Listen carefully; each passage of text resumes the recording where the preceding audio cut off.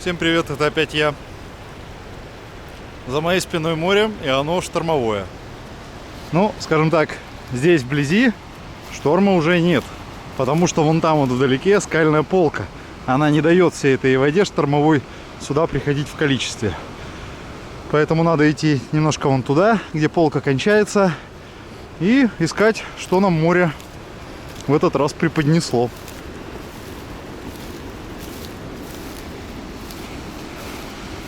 Какая роскошь. Волнище просто ого-го.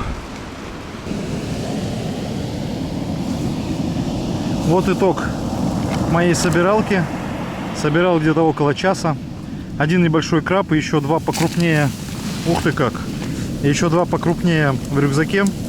Очень много крабов валяется просто вот такими разбитыми в хлам запчастями. Ну и гребешок свифта. Гребешок свифта около десятка. Больше ничего не нашел.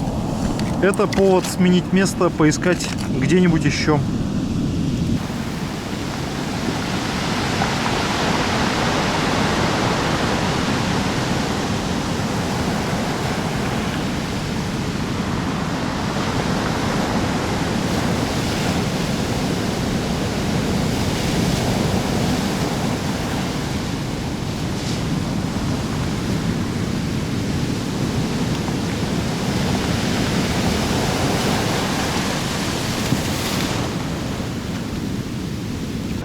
На новом месте уже нашел два гребешка за первые 5 минут. Он, напарник Альберт, тоже что-то нашел. Поэтому на новом месте запахло добычей. И вот совсем маленький гуидак лежит. Маленький-маленький. То есть видите, какая у него огромная часть без ракушки. Это он на максималках свернулся и даже ракушку захлопнуть не может. Такая вот интересная живность. А вот и гуидак покрупнее. Вот это уже, видите, какая у него старая заскорузлая раковина. Многослойная такая. Всякая на своем веку повидавшая. Пока вот этот шторм не вымыл гуидака из песка. То есть, представляете, шторм размыл огромную массу песка и вырвал его. Вот как гребешочки прилегли. Меня ждут. Один. Вот на нем какая-то живность притулилась. И он второй. Закопался. Трава, к которой он прикреплен, закопалась в гальке. Ну как? С каким прицепом ехал? Подоткрылся. Вот валяется урехис. Теперь я знаю, что с ними делать, поэтому я одного-двух, наверное, возьму. Ну и какой шторм без морской мыши. Вот эта тварь уже сдохла. Она, насколько я знаю, несъедобна. Вау! Да и вид как бы отталкивает. Вот интересная находка. Эта рыбка еще живая.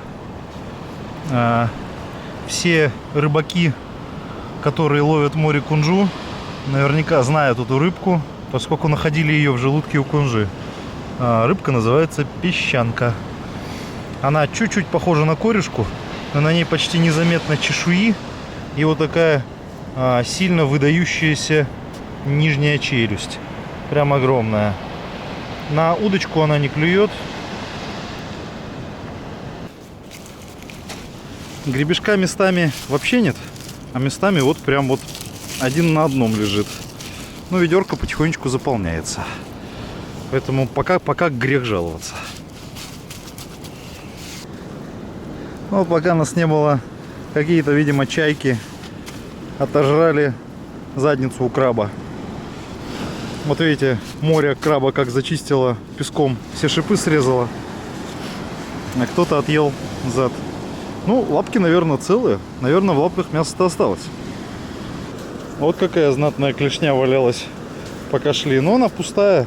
Это запчасти от краба. О, Альберт гребешка нашел. Да, хороший, свежий. Вот жалко, что вот не добросила самого хозяина этой клешни, а добросила только запчасть от него. Обидно. Вот гребешочек. Я увидел вот ближнего, да. А ты какого увидел? Ну, я его и увидел. Вот еще один гребешочек. Красавчики какие, а. А вот это у меня в руке, насколько я понимаю, я могу ошибаться, молоть камчатского краба. Ну, от него, конечно, уже ничего не осталось, но примечательно, что он мягкий. Все его колючки мягкие. Прикольно. Выкинула крабика. Ну, точнее, остатки. И много у собирателя такой темы, когда просто идешь по берегу с ведерком, а ничего нет. И ты вот так идешь и не знаешь, будет или не будет. Но у меня, в принципе, уже полная ведерко. Скоро в рюкзак его перегружать. Так что я доволен. Второй участок дал побольше, чем первый. И гребешка дал больше. Крабиков столько же, но гораздо больше ракушек типа гуидака. Видите, гуидак весь разбит. Это его вот волной так бедного отлупило. Сейчас вот перегружу все в рюкзак и дальше на третью точку. Третий заход пока не очень удачный. Гребешка мало. И вот есть такие вот интересные штуки. Но их покажу попозже. Сначала пройдем участок. Там покажу. Третий заход вышел более-менее таким удачным. Вот тут ежи везде. Правда, не знаю, ежи маленькие, стоит ли брать. Тут у Альберта гребешки, краб. Краб, правда, самка. Но извините, ее выкинуло уже убитую. Даже если мы ее вот в эти волны отпустим, ее тут же выкинет, но и она мертвая. Вот это криптохитон стеллера. Мы его не едим. Вот это тоже криптохитон стеллера. Его тоже не едим. Ну-ка. Есть еще что-нибудь? Морская губка. Криптохитон. Опять морская губка. Водоросли. Трава. Какая-то занятная штука. Растение-животное. Весьма непонятного вида. О! Гуидак.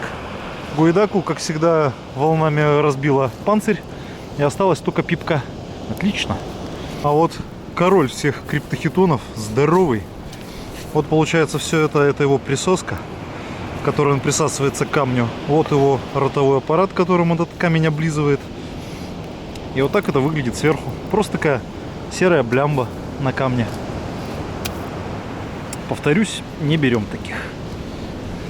Вот такие вот еще находки случаются. Море, конечно, ничего не жалеет. Этому телефону прям вообще не повезло. Еще много валяется вот такого моллюска. Моллюск, насколько я помню, называется колизелла. Вот так вот сидит домиком, присосавшись вот своей присоской к камням. Я их не беру, потому что они деревянные. Прям, ну, не разжуешь. Вот какой интересный краб приплыл. Как вы знаете, крабы, ну так же, как и раки, там, лобстеры, омары, все они сбрасывают свой панцирь и отращивают себе новый, чтобы расти. И вот этот краб мягкий. Он сбросил свой жесткий панцирь. Весь мягкий-мягкий. Ну вот разве что вот тут чуть-чуть уже более-менее твердый. И он просто не успел ороговеть. Его злое море выбросило. И он весь просто вот мягкий, как пусечка. Просто вот даже клешня его знаменитая. Она просто мягкая-мягкая. И она, конечно, через какое-то время станет твердой, одубеет. И он снова будет грозным крабом. А пока он просто осьминог. Вот смотрите, просто мягкий осьминог.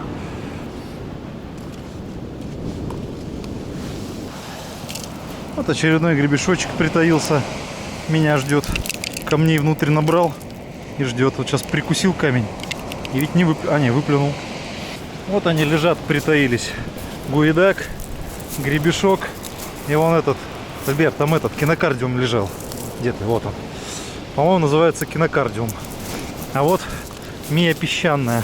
Но они настолько маленькие, что брать их как-то вообще особо смысла не вижу. Пусть едят чайки. Я вот возьму что пожирнее, что покрупнее. Да и ведро не резиновое. Хотя было бы у меня побольше мощностей, я бы, наверное, сейчас мии песчаной-то набрал бы. Вот сколько ее тут набросало. Просто вот бери да собирай, ну, пустая. Вот у него торчит пипка. Еще живая пипка убирает. И вот тут много, вот так вот берег полным-полно. Вот это я называю аттракцион для дядек кому за 30. Вот здесь вот эта волна, ну примерно, свежаком, примерно раз в 2-3 минуты. И вот на той кочке тоже выкидывает гребешка. И вот стоишь просто и собираешь. Вот свежее, что волна накинула. Так, вот здесь только что собирал гребешка. Так, нет, свежего вроде не накинула. Ну, с такой волной долго ждать этого не придется. Так, что, не кинула ничего? Нет, в этот раз вроде ничего не кинула. А волна-то хорошая.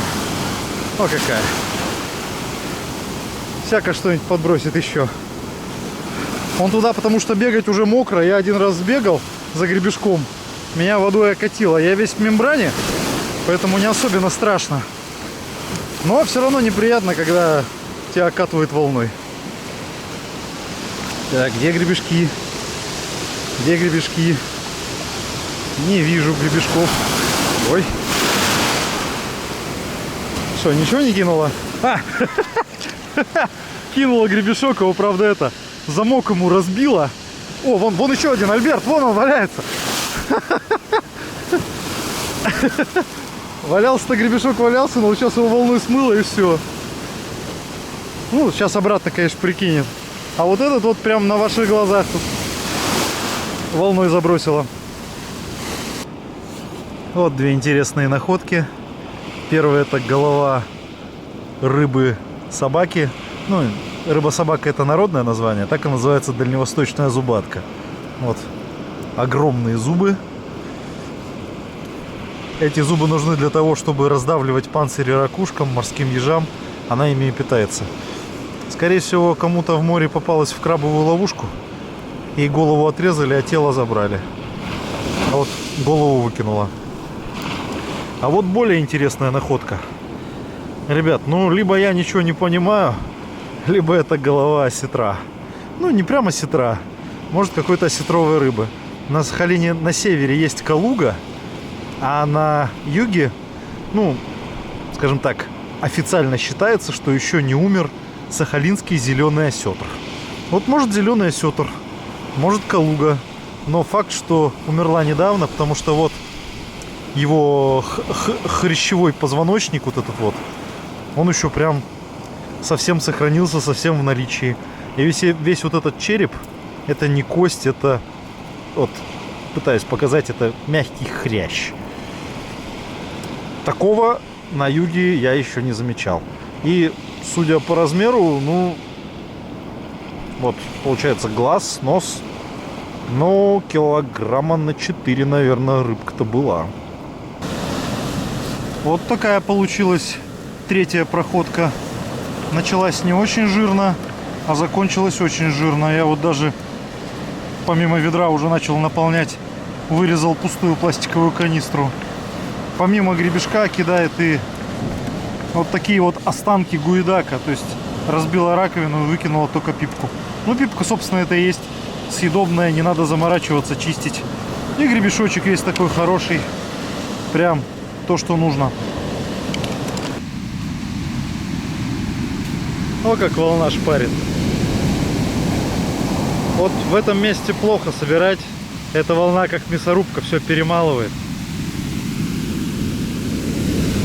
И тут пустой пляж. Просто потому, что волна все перемолола и все съела. Ну, какие волнища там.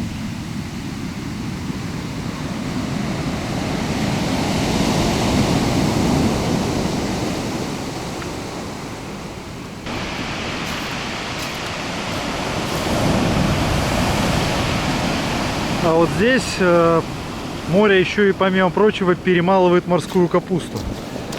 Вот здесь морская капуста вся мелкими кусочками. Мелкими кусочками из-за того, что здесь работает вот такой природный блендер. Вот и меня залило. О как! Бабах! Вот хорошая волна идет сейчас. Даже серия волн. Оба! Вот там никакой гребешок, ребят, не выживет. А вот сейчас следующая, еще одна. Ох, ох, замечательная. Ух! Пора бежать. А вот так выглядит мой итоговый улов. И я клянусь, что в рюкзаке он смотрелся больше, крупнее. Вот гуидаки, гребешки, еще гребешки. Крабов уже сварил. Сейчас буду все это дело долго и муторно чистить, потому что гребешок свифта, его так просто не разрежешь, как обычный гребешок. Это всегда морока. Ну вот, как и обещал, рассказываю про вот этих двух странных существ. Сразу оговорюсь, ничего про них не знаю. Знаю лишь одно, что вот эти вот существа лежат на дне и больше ничего не делают. Двигаться они не могут. Вот даже вот снизу к ним тут прилипают камушки. И это как бы для них нормально. Насчет того, можно ли их есть, нельзя ли их есть, я не знаю. Я сначала думал, что это асцидия какая-то. Ну, какая-то из асцидий. Асцидий много. Но я не могу у них найти входного-выходного сифонов. Поэтому вообще теряюсь в догадках, кто это. Поэтому, если в комментариях найдется кто-то, кто знает, что это, пожалуйста, дайте ответ. На срезе вот такая вот. То есть это, очевидно, не растение. Это, скорее всего, некое животное. Ну, просто совсем не похоже на растение. А вот это она, по-моему, должна быть вообще красная даже на срезе. Или даже оранжевая. Она достаточно твердая. Поэтому часто с камушком и путают. Вот вообще какая страшный вид имеет. Поэтому, пожалуйста, кто знает, что это такое, дайте, пожалуйста, знать в комментариях. Чистил сейчас маленького гуидака. И вот этот краб горошина жил в гуидаке. Но вообще, как бы я знаю, что крабы горошины живут там в мидиях, иногда в устрицах и реже в гребешках. Но вот в гуидаке, который закапывается на дно, никогда не видел. Ну и сами оцените соответствие размера краба горошины с гуидаком. То есть краб гигантский просто для такого маленького гуидака. Ну и вот еще немножко интересного. Вот эти вот такие конические домики, и вот торчащий из них клюв такой, это рачки-балянусы. Обычно балянус вот размером вот с ноготок. Вот такого размера не часто приходится видеть. Просто огромные твари. Видно было, вот там вот видите внизу, его тело видно. То есть он сидел, присосавшись к камню, и отломился вот с куском камня. Здоровые просто. Вот клюв у него такой, видите, вот. Клюв такой торчит. В съедобности их сомневаюсь. Обычно их все рассматривают как паразитов, которые мешают кораблям спокойно ходить по морю. Облепляют их днища. И там растут. Так что вряд ли кто-то ест. Дело в том, что приехал я домой уже достаточно поздно.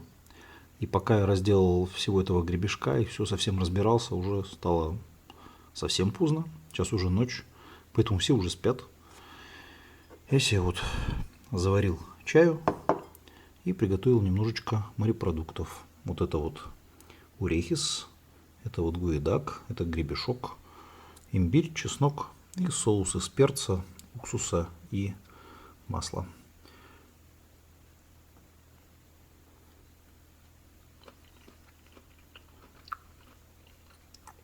Под чай вообще просто супер. Всем пока-пока. До свидания.